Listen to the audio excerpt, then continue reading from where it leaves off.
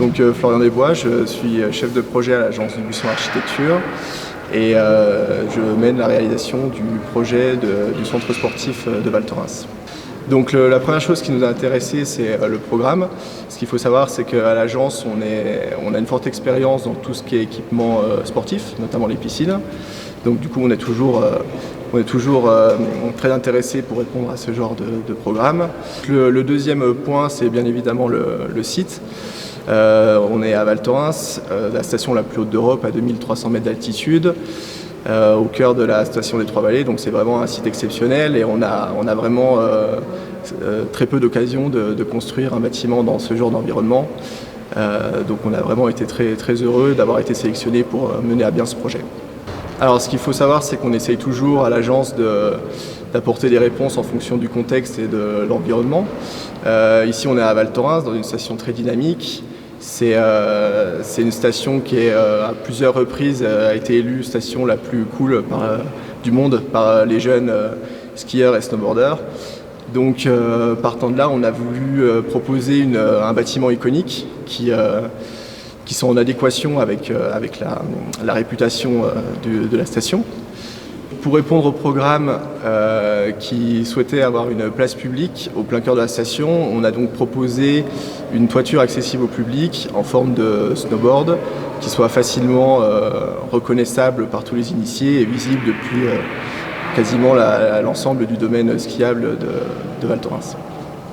Donc le nouveau centre sportif vient remplacer le centre sportif existant qui a été construit dans les années 80 et qui ne répondait plus aux normes actuelles et aux usages d'aujourd'hui. Donc il s'inscrit au plein cœur de la station. Il est en relation avec la place des Arolles, qui est l'arrivée des bus, d'où arrivent les bus de l'Europe entière, de la galerie Caron, qui elle a été conservée, et des pistes qui traversent le cœur de la station. C'est un programme très riche qui s'étale sur 11 000 m². On a un centre aqualudique avec un bassin et un espace de jeu pour les enfants, une zone balnéo avec sauna et hammam. On a également une grande salle polyvalente qui fait office de gymnase, mais qui plus ponctuellement peut accueillir des concerts ou des expositions. On a également un fun park, délire park, qui est très attractif pour une population assez jeune. On a une partie sportive, fitness et terrain de squash. On a également la gare routière en connexion avec la place des Arolles. Et chose nouvelle, c'est le pôle conférence qui permettra à la station d'accueillir des séminaires. Une demande importante du programme, c'était que le centre sportif soit attractif et jouisse d'une forte visibilité. Donc pour nous, c'était important de faire dialoguer les différents espaces du centre sportif avec son environnement. Donc on a privilégié les connexions visuelles à l'intérieur du centre. Donc depuis la salle polyvalente, on a des connexions avec l'espace aqualudique, l'espace conférence, les salles de réunion qui sont en balcon sur l'espace polyvalent. Et on a également une coursive en balcon qui permet de connecter tout l'intérieur du bâtiment. On a aussi souhaité conserver et améliorer les connexions visuelles qui existaient déjà entre la galerie commerciale et le centre sportif. Donc on a une sorte de vitrine en fait depuis la galerie commerciale qui permet au public qui se balade ou qui remonte à la station de pouvoir vraiment découvrir depuis la galerie le programme que propose le centre sportif. Une volonté aussi très importante pour nous, c'est d'avoir le maximum de façades vitrées, toujours dans le but de permettre au public qui se balade dans la station de pouvoir voir ce qui se passait à l'intérieur du centre, mais également depuis l'intérieur de proposer aux usagers des vues incroyables sur le domaine skiable.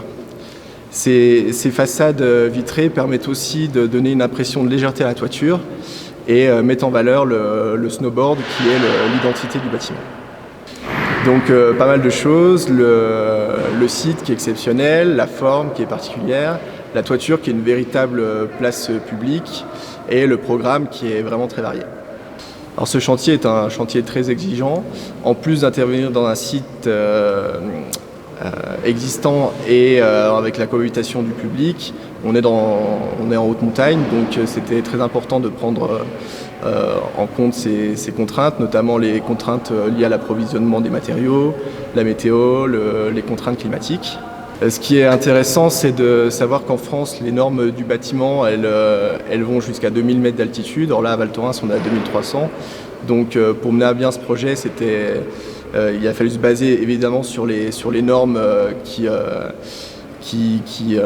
sont en vigueur dans le reste du pays, mais aussi prendre en compte les savoir-faire empiriques et les techniques de construction locale qui ont fait leurs preuves depuis des décennies. Et pour ça, on a de la chance d'être accompagné par des entreprises locales qui maîtrisent ces savoir-faire et qui sont vraiment un plus pour mener à bien ce projet. En plus d'intervenir dans un site occupé avec le public, là on est habitué. Là on est dans un site de haute montagne, donc les conditions climatiques sont très contraignantes. Ce qu'il faut savoir, c'est qu'à Val Thorens, il peut neiger toute l'année, mais on a principalement une saison hivernale qui s'étend de novembre à mai.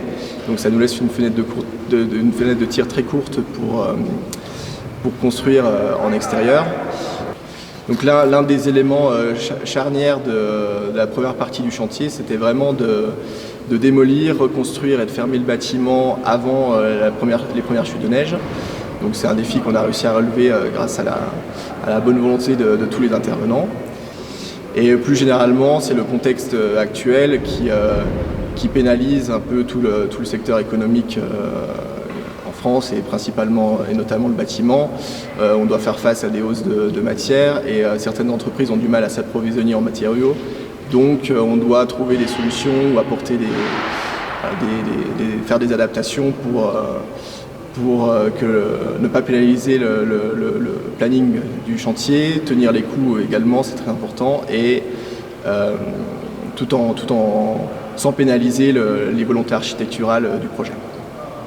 Donc le chantier il a démarré en avril 2021 et il se terminera en novembre 2022 pour le début de la saison hivernale.